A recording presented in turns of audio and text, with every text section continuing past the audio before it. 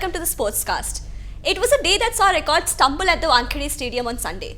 South Africa scored the third highest ODI total and they beat India by 214 runs to clinch the series 3-2. I have Ayaz Memon with me to discuss everything that happened in the week. Ayaz, first of all, let's just talk about Team India. You know, when we last spoke, 2-1, very nicely poised. They got one back, 2-2, and then crushing defeat in the final match. Well, they made chutney out of us, didn't they? So, look, it's disappointing that the decider went, the way it did. Yeah. It just became so hopelessly one-sided. One can analyze and come up with a lot of excuses, but you have to accept that the South Africans batted exceptionally well. And then again, on the same flat track, which resembled a runway, the Indian team just couldn't take off. So not that they would have chased 438, that's a mighty total to kind of, but they couldn't even put up a fight, because I think that the South Africans also bowled very well. So all in all, I think this is the first time they've beaten India in a bilateral series at home over here. So it's a big triumph for them heading into the test series. It's extremely disappointing for the Indian team. So as you mentioned, it was a day where you couldn't stop South Africa. It was the second time 3 of their batsmen scored centuries. And if you include Bhuvneshwar Kumar's bowling, it's a 4th century for them. Very dubious century. I know. So I think, to understand their batting, I think the toss made a big difference, because whichever team fielded first was going to suffer the heat. I was at the Wankhede. It was incredibly hot if you stood out in the sun, not in the press box where I was. So fielding first was always going to be the tough part. Yeah. It was hot, it was humid. South Africa had a great toss to win. India dropped a couple of catches, and gradually, I think by the end of the 35th over, they were virtually out of the game, because South Africa were almost 300 by then. And then you got informed players like AB de Villiers and Faf du Plessis, not to mention Quinton de Kock, who seems to just completely love Indian bowling. But for me, the innings was obviously de Villiers' knock. And you mentioned that there was a big knock coming from him on the last episode. I mean, he's made so many runs in this series, and he's just reaffirmed his status as the best batsman in the world, without doubt, currently, across formats, whether it's the T20, ODIs or Test format. He's simply sensational. And then 438, you go back into the dressing room, if you're the team which has fielded first, you don't want to come out and bat. That's how bad it gets. But it's the same score that they managed to chase down. So in Johannesburg, the first. So the only way you can chase down such a score is when you get a 150, 170 run partnership in very good time, which is what had happened then in that Ben match Smith against Australia, and Herschel Gibbs, who had gone mad that day. So if you lose Rohit Sharma and Virat Kohli early, it just fizzles out. So coming to the Indian team now, what does this mean for Dhoni and Raina going into the future, especially for the ODIs? So Dhoni, I don't think is troubled where his position in the team is concerned as a player. There will be questions raised about his captaincy or about him as a captain, because he's not won the series. He didn't win the World Cup. He didn't beat Bangladesh. These are all things which are piling up. Yeah, slowly they are. And remember, India has not traditionally been a country which has had different captains for different formats. I mean, Dhoni was captain and Kumble was captain when Dhoni started out, but only for a year. Now, questions will be asked of the selectors. The BCCI will be asking itself and saying, hey, should we hand it over to Kohli? I mean, Dhoni might be still in the team, but is he now, Kohli, the better man to lead the team? India. And remember, now, for the next month and a half, Dhoni is not around. He's not in the test team. Suppose Kohli fares very well against South Africa in the test series, then it becomes more difficult to keep him away from the one-day captaincy. That's true. And not just the captain, when you're talking about the selectors, what role is Ravi Shastri playing in the team currently? He's the director, he's the one who's been managing the team. He's a team director in the sense he's like... Is it time for him to step up as coach? Do we need a But he change? is the coach. Yeah, but a full-time coach. No, I think he's the coach. He's the coach. Yeah, he's across formats. Yeah. He's the coach till the end of the World T20. Yeah. So he's got 4-5 months to go. They'll take a call. He'll take a call, I suppose, after that, whether they want him to continue. He will continue or not continue. So for all practical purposes, he's the coach. He's the coach. Yeah. And he had a spat with the curator, the pitch curator, which came out. But so I read or so I heard, but it's not kind of corroborated anywhere. So, according to sources, somebody said this is something that I discount. I'm sure he would have been unhappy. I'm sure the entire Indian team was unhappy. But this was a pitch that, as you said, it was a good toss for them to win. But it looked like South Africans were more comfortable on Indian pitches than Indians ourselves, But this was not, this was a, how do I put it? It's a kind of pitch which actually gave India no chance to win.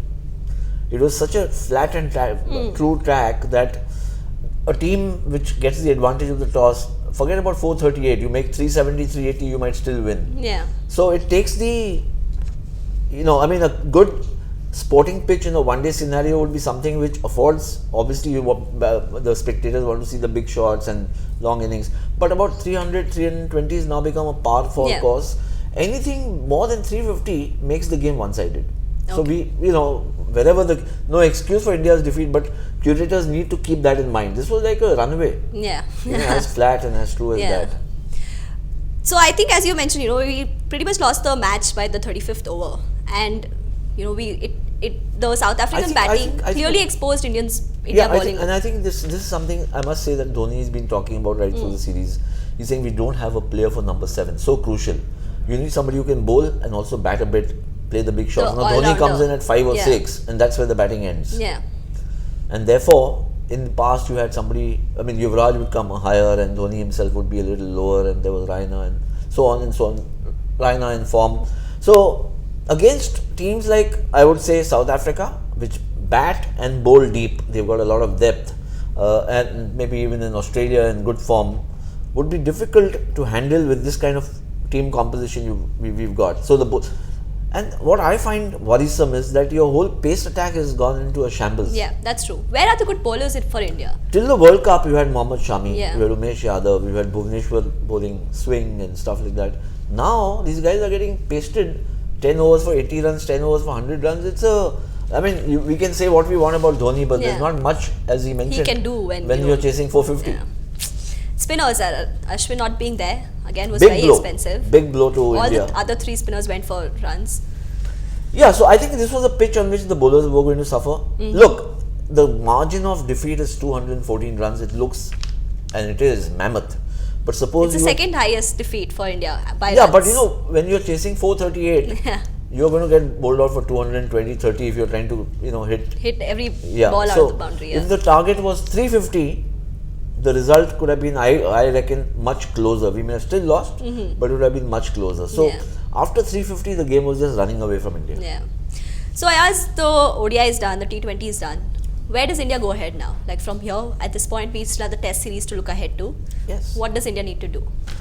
Well, I think they need to play to their strengths. I think that, we need pitches which are going to help. I would say, up front, our Indian our spinners. There's no shame in saying that we need wickets which suit our bowlers. Yeah, everybody does it. Yeah. You go to South Africa, you don't get a turning track. You're facing the quicks all the time. So you need pitches or conditions that help your bowlers. But obviously, what you need is your batting to come good regularly. I think that there's a sharp decline in consistency. That's what's been the problem. Yeah. Of course, this format is different. 5-day format. So it also means that India have to pick up the thread from where they left it at Sri Lanka, where they performed extremely well. So, how Virat Kohli now sees this challenge and how he works his way around a set of players who are pretty much the same which played in the ODIs but have ended up on the losing side is going to be Virat's big task. And you predicted that if we lose the ODI series, it's danger for India in the Test series. So. Look at it. The biggest task is the confidence that takes a big knock. It's the confidence, and you go into a match and you say, at least 2 of the guys who are going to bat against you are Faf du Plessis and AB de Villiers, and they're in roaring form. Scary prospect. They're in roaring form. Yeah. So it's it's psychologically daunting. Yeah. Now India need to get over that, psychological threat, and say what's happened in the past has happened. This is a new format, new challenge, new series, and take it from there. Yeah, and Ayaz, just speaking about, say, Ajinkya Rahane's form, maybe he was the one who, kind of stood out yesterday. Has he cemented his position for all formats now? I think there are only a few players who fit into all formats for me. So, Virat Kohli is one, Ajinkya Rahane is another one who fits into all 3 formats. Maybe Rohit Sharma, considering that he was in good form, and R. Ashwin. That's true. To me, these are the only players who look good for all formats. Yeah. The others are this or that. Dhoni is not playing test matches. So, even Shikhar Dhawan has had a kind of tapering off of form. Yeah, ups and downs. He had like you thought maybe he could do well, and then. But even yesterday on got this out. kind of a absolutely flat track, he was not at his best. That's true. So I mean, we have to see how he plays in the test matches. But Rahane, I think, has been perhaps your most consistent player across formats over the last 15-18 months. Yeah, so he's definitely in the definitely for me. And what are you looking forward in the test matches now coming ahead? What would you expect? Well, I expect a tough series, and I hope it happens. I hope it doesn't, we just kind of lose our way. I think this South African team can be troubled. I mean, they've got De Villiers in the form of his life, Faf du Plessis reaching the form of his life. They've got Dale Steyn, they've got a pretty good bowling attack. And don't forget, even on turning tracks, they've got Imran Tahir. JP Dumini is going to come back. So it's a very strong South African team. And yet, we've seen over the years that there is a little bit of a chink in South Africa's arm. I mean, in a crunch situation, they somehow tend to lose their nerve. It didn't happen yesterday because I thought from ball one they were in control. Yeah. But in the test matches, if you put them under pressure, you need to I think they can crack. You need to win the important sessions. Yeah. You get a break, you have to make it into a double break, get 2 wickets in 3, rather than let another big partnership build up, and so on and so forth. So I think India playing at home support. You can't ask for more, but you need to go out there and play. That's true. Okay, so we hope India can turn the fortunes around in the test series. Little bit of football now. There was the Manchester derby, which was like such a big hyped match over the weekend, and it was a goalless stalemate. Both draws on Sunday. Yeah, it was quite a stale goalless draw, I would say, and it didn't look like quite insipid. I watched that match. Yeah. So maybe sometimes what happens when the leading teams are playing against each other at this time in the season, then it's more cat and mouse rather than frontal for football, so to speak. And City were obviously lacking their top 2 attacking players. Correct. Both of them were injured, and United still haven't figured out what their top, their front 3 looks like. Playing Anthony Martial on the wing instead of in front. I thought that was a big mistake by Van Gaal. But I think City will be the happier of the two. They went to Old Trafford and they've got a point. They're still top of the table. Yes. Arsenal are very close behind. But I think the team that really needs to be talked about here is Chelsea. And Mourinho. Chelsea, So what's going to happen to Mourinho? So Chelsea again suffered another loss, 2-1 defeat to West Ham, and now they're 15th in the Premier League table. They've only managed 1 win across 3 months. 1 win in August, it looks like okay, maybe they're turning around the corner now, and again they have a defeat. And this time it really looks like time's up for Mourinho. Like at least all the rumor mills, they're saying Tim Sherwood, he was the second manager to lose his job this week. This week, yeah. And they're saying Mourinho could be next. They're high stakes. That would be a big story. So I honestly don't think that would they do it? Would fire him this early. They're saying that the next match which they play Liverpool, which is again, they have a new manager, Jurgen Klopp, who still hasn't won a match. Yeah. He's still waiting. That was the other draw which you spoke about against Southampton. So Klopp against Mourinho, again one of those, two big personalities going against each other, and Mourinho has had a field day with the press. I mean, it almost seems like he wants to be fired at this point, looking at some of his comments. Yeah. So, but he's a bit of a testy, prickly character. Is. So he doesn't have he has a love-hate relationship with the media at all times. In fact, more hate than love-hate. So, but I don't think they'll fire him. At least not immediately after the Liverpool game. I don't think they'll fire him in December either. Because I think it'd be very stupid for Chelsea to, maybe go for an Ancelotti, who's the top name that they're being thrown, or Hiddink, again, who's not been around, the club circuit so much in the past few years. So I think going from Mourinho to either Ancelotti or Hiddink would be like a step down. No, but that's a big step to take. Yeah. Whoever they go for, or just to get rid of Mourinho at this point. Especially when he won you the title last season. It will be a major jump. I mean, one of the biggest stories of the year in sport. Yeah, and it's interesting, obviously, because Abramovich himself is, you can never predict what he's going to do. He might just come out and say, okay, this is all you have. You have one shot, prove it, or I'm firing you. He might just do that. He might do it because he has been and hire him again next season. You never know. Third time lucky, maybe. Third time lucky, yeah. Yeah, so that remains to be seen. Obviously, big match for them. There's Capital One Cup midweek, and honestly, if you ask me, I don't think I don't think it'd be wise for them to get rid of him this early, as much as the press is having a field day with it. Yeah, you mentioned that. Yeah. Yeah, so I think he should stick around, and I think he will at least fight for the Champions League spot, coming days.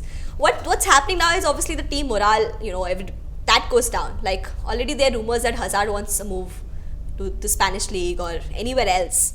And he was their top player last season. He was their, champion player who led them from the So front. when a team is under pressure, is under duress, then obviously the big star players and the coach, it all starts falling apart. It starts falling apart, and they feel it. They feel the heat the most. Yeah. Bound to happen. Like Dhoni's feeling the heat. Yeah, testing times ahead for Dhoni and Mourinho. Ayaz must be a very difficult week of sports. For Yeah, you. it is. Yeah. Okay, but we do have a lot of tennis to look forward to. So the WTA Finals have just started in Singapore. Yes. It's their version of the season-ending championships. Correct. Yeah. And we have the 8 top players. Serena Williams obviously withdrew. Yeah. She But we've got Sania and Hingis. yeah, they're playing for the doubles, and she had a tough year, Serena. So it's very understandable that she wanted to just end the season after the US Open and take a long break. Yeah. But there's so many other. It just opens up the field. When Serena Williams is not there, you don't know who could come forward. Correct. Yeah. And the format, 8 players, 2 groups. It's the red group and the white group. And it's quite interesting if you have a look at the white group. They're all left-handers. Oh. All of them. By design or by No, coincidence? It's By ranking. No, by picking of Lots. Okay. It's quite interesting. You have Muguruza, who reached the final at Wimbledon. Kvitova, who's done really well. Kerber, she's been one of the most consistent players.